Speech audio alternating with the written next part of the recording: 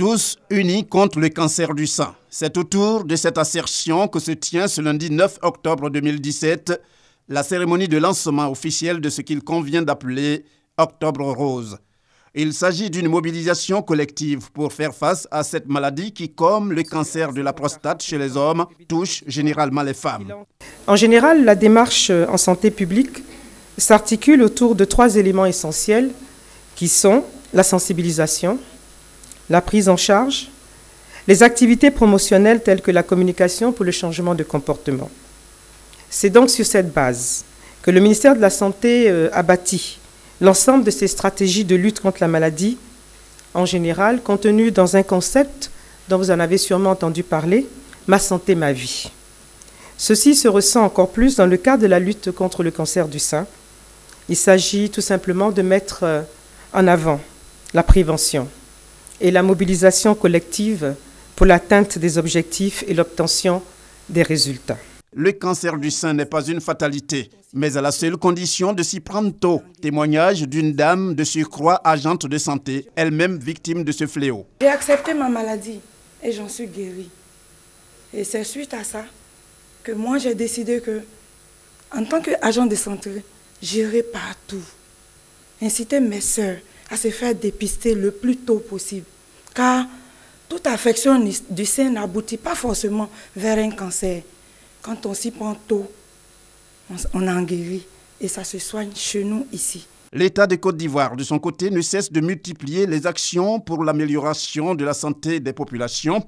La réalisation d'un 2e centre anti-cancéreux est prévue dans les tout prochains jours, mais cela n'exclut pas les changements de comportement visant surtout à la sensibilisation et à la prévention. Le gouvernement ivoirien fait des efforts considérables pour la prise en charge de cette maladie.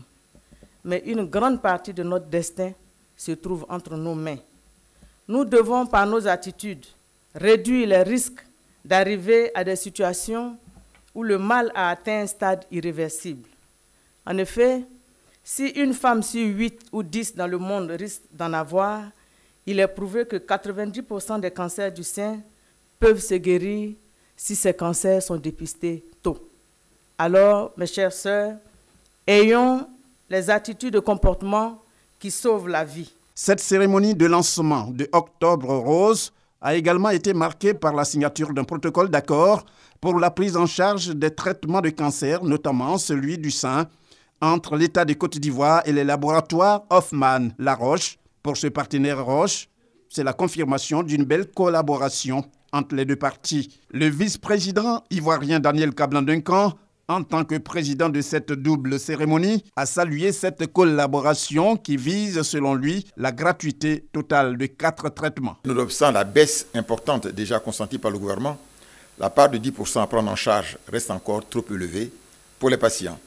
C'est la raison pour laquelle l'État de Côte d'Ivoire, toujours en partenariat avec les laboratoires La Roche, a décidé d'améliorer l'accessibilité des populations aux thérapeutiques innovantes en prenant en charge les 10% qui étaient à la charge des patients.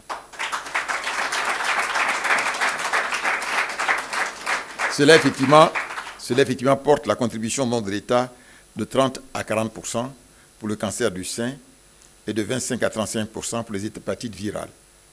C'est le sens et l'objet de l'avenant au protocole La Roche assesse cancer du sein, de l'avenant au protocole Roche hépatite virale et au nouveau protocole assesse oncologie qui viennent donc d'être signés ce jour. Autrement dit, l'État va désormais assurer la gratuité totale pour 4 traitements. C'est le lieu, une fois de plus, de lancer un appel solennel à toutes et à tous, et plus particulièrement aux femmes, pour qu'elles se fassent dépister au plus tôt. La campagne Octobre Rose existe depuis plusieurs années. Pour être précis, c'est en 1985 qu'elle a vu le jour.